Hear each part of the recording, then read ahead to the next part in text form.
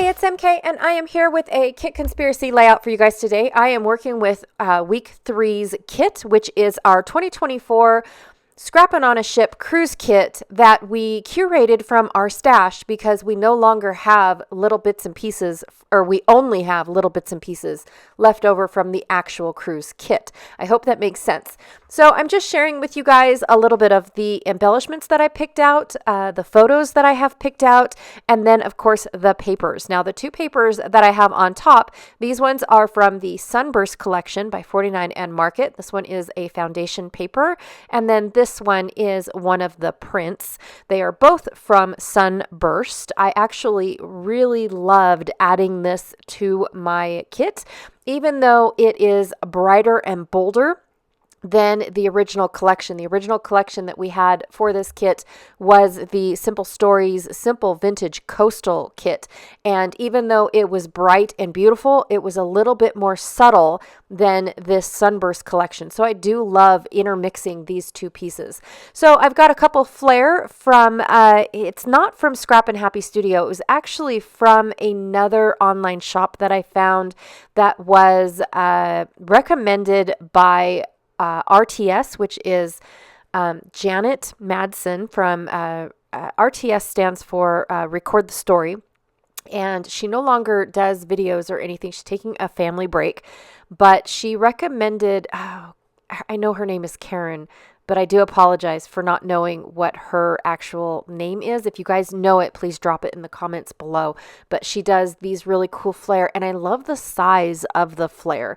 And so I picked up a bunch of these viewfinders. And then I also have my tray, which is a hot mess at the moment. I actually, at the end of the retreat, I went through all of my bits and pieces and actually categorized them because I had words spread out, shells spread out, everything all spread out. And I just really don't have a clue where anything is in this collection. Okay, so the first thing I'm going to do is take this beautiful paper and rip it diagonally. I can't really say it's in half, but I just ripped it in diagonal so that way I have a little bit of this paper to spread across two different sides, but I also didn't want it to be perfect because we have a couple pages in our album that do this exact same thing where you kind of rip it or cut it along a specific design and then spread it across either two pages or two different pages entirely, and you only use one little section. For this one, I'm going to create a double page layout. Now, I don't know if I shared with you guys that I pulled out two pieces of white cardstock or not. I'm not really sure if I did that, but I do have to say that this video gets a little choppy because, as you can see, I am at a retreat because I have my retreat glass mat out. And I also have to apologize because the desks that my glass mat are sitting on are very slick. So my glass mat moves a lot. It just shifts a lot when I go to apply pressure. Somehow, I don't really know. I don't know if my arm was catching the edge and shifting that way, or if I was, I don't know. I don't know, you guys, but I did realize that, like right now, it's shifted off camera. So on the bottom right, you can see the desk below the glass mat, and so that's just what it was doing. All the whole retreat it was shifting. But I love my glass mat, you guys. I don't go anywhere without one unless I'm on a plane. It's the only time I don't attempt to take it because I don't want to carry it through an airport, and I definitely don't trust it being in my carry-on or checked luggage. So yes, so that is what I've got going on as far as my glass mat. So when I do drive, I bring my glass mat because I can't live without it. Just saying. Okay, so I have these 6 photos that I'm going to spread across the page. I'm just doing a central design, and I really like the fact that I have the same photos on both sides, not the same subject matter in the photos, but I've got I've got 2 horizontals for each side and 1 vertical for each side, and they are the exact same. So I have 2 4x6 horizontals, 2 3x4 horizontals, and then 2 3x4 verticals. And so I'm able to repeat the design on both sides, and it looks very appealing the way that it is repeated, even though it's, I would say, repeated, reversed, and flipped. If that makes any sense.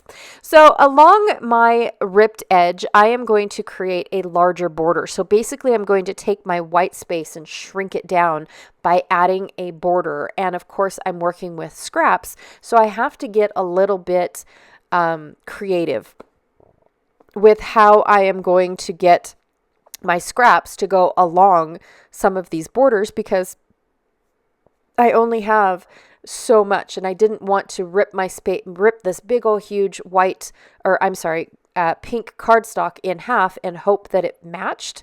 And then of course have all of that white, or I keep saying white, my goodness, all of that pink stuck underneath. And then I just felt like it was wasted. So I'm just doing some strips. And then of course I am distressing my strips with my edge distressor, and I'm eyeballing where my pieces will go with my photos covering up the gaps. Does that make sense? So I don't have any type of indication that this was not a whole sheet. I'm also trying to make a straight piece go in a curve, which I did not take into consideration when I had my ruler out. I should have tried to curve my ruler, but I wanted to be able to save as much of this pink paper as possible so I could use it throughout my album. I have a couple pages left to do of this album. I would really like to finish it so I can, put the kit away. The more kits that I have set up for albums, the more space it takes. And I really just want, to be done with kits and be able to put them back into my categories and not worry about, where to store this kit while I'm not working on this album, if that makes any sense. And actually, I'm crossing my fingers, and I hope you guys don't get bored, but January is coming up. January is Baby Got Scraps, which means that I am making layouts out of nothing but scraps and one piece of 12 by 12, unless I'm making a double, then I'm allowed 2 pieces of 12 by 12 cardstock or pattern paper, 12 by 12 of some sort, right? But the best part is that this kit here is almost dwindled down to where I do not have hardly any 12 by 12s. And so it will be nothing but, the 12 by 12 for the base, and then of course all of my scraps. And so I'm hoping by January I can finish this album and be done with what I've got going on. So yes, I'm super excited, crossing my fingers and super, super excited. But I do have to say, for my very first cruise, this album is huge. It's actually 4 different albums for each of the ports. So I've got 1 port in each album because I just wanted to document everything. Now my 2025 cruise is not that big because it's not the first, right? The first is always a larger album, if I have to say so myself, just because I get excited and all the new things and all of this and all of that. So yes, the second album, the second cruise, I should say, is not as exciting as this one was or is. Not okay. Exciting was the wrong word. It was very exciting, but I'm just saying that now that the newness is over, I do have to say that that it is not as large of an album as this one ended up. I do not have an album per port like I did with this one. So just to let you guys know. And I think I have a little bit of 2025 on camera. I'm not really sure now that I'm thinking about it. All right. So now that I have figured out how I am going to, faux my way through an extra large border, I do have to apologize. My video has been going in and out of focus lately a lot. And I have to say that my camera is uber old, you guys. It is like 2009. I'm shocked it even works. It doesn't hold its own battery charge anymore. So I do have to constantly keep it plugged in. But it just started this whole focusing in and out thing. And I don't know how that happened. I don't know if I accidentally pushed a button. There's not a whole lot of buttons to push, so I don't know how autofocus works or anything like that. So I do apologize for the blurriness because it goes in and out of focus a lot.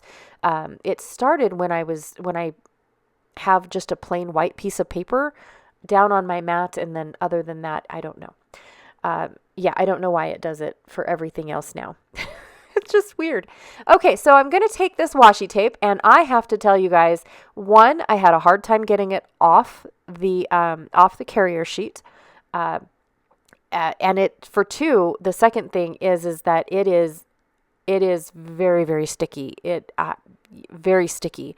I thought that I was going to have to peel it back up off of my white cardstock, and kind of felt like it was going to rip it. So it definitely is very good washi tape.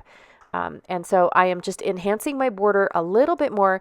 Now, I wasn't sure if I needed this washi tape to go up on the upper portion of my right page because of how the washi tape disappears into the groove or the curve on my right page. And so I don't think I add any washi tape up there, but I am going to add it to the top and bottom of this side only because of the fact that the curve is different. It doesn't go like over the top to the right, to the left. I could have definitely made this easier on myself if I took that upper portion on the right side and just ripped it a little bit more flatter. That definitely that probably would have helped the design and flow of this layout a lot easier, but I like a good challenge. So I am going to cut a little bit more of this washi tape off and get going.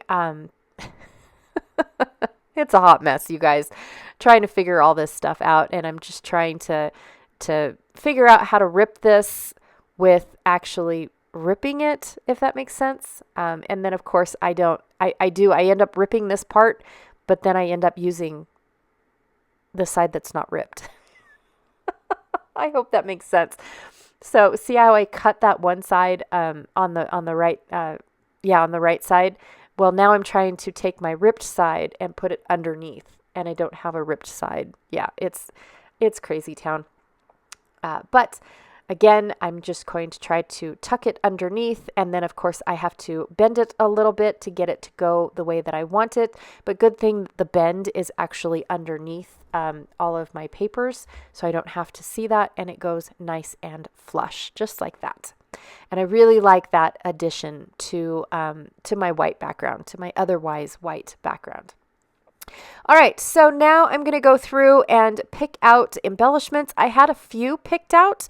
I also have this extra photo right here. I think I'm going to cut out the sign and treat it as if it is an embellishment because, for one, it just doesn't go with the flow of my layout. It does work really well right there. I could have left it as a picture all on its own, but I liked it cut out. Now I have a almost like a personalized embellishment, so I really like how that looks. I've got these little labels and things that are from Pretty Little Studio, so I'm going to add those because the pink in there was perfect. But then I realized there's two different pinks, and I didn't notice that until after I had started putting my entire layout together. That little pink pointy label, I don't know what you'd call that, a tab maybe. I'm not really sure, but it didn't seem that it was that purple until I put everything together, and then that's when I realized it was very purple. I decided to go with these ships because I do have that fishing village, which was kind of cool. It had a bunch of dry docked boats. One was a sailboat, so I tried to get, I have several pictures of it, but this one here was my favorite picture from the backside with the sail going up. And then another one was just a rowboat of some sort. I don't know if it had a motor on it or not. But I love the yellow building in the back because it has all of these fabulous painted designs all over it. So I really, really liked that. And then, of course, I decided to go with shells because of the boat that I did pick.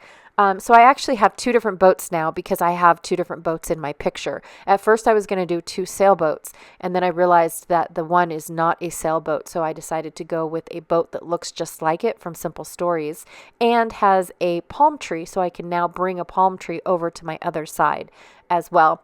And then of course I decided to go with shells for this layout because my sailboat had shells in its little cluster as well. And I could have covered those up definitely because of the tucking and weaving of things. But to be honest, it didn't end up like that. And then I forgot to turn the camera back on. So ta-da, I'm done. That's how that works with me lately. I apologize, you guys. One of these days I'm going to get my act together. So basically what I did was I inked up, or I didn't ink, I scuffed up the edges using my edge distressor on some pieces of all of the embellishments except for the photo one, and of course my chipboard pieces, which are the two boat images. And then I tucked and wove things together. I did like the addition of the oars that I added to this, to these particular pictures and whatnot.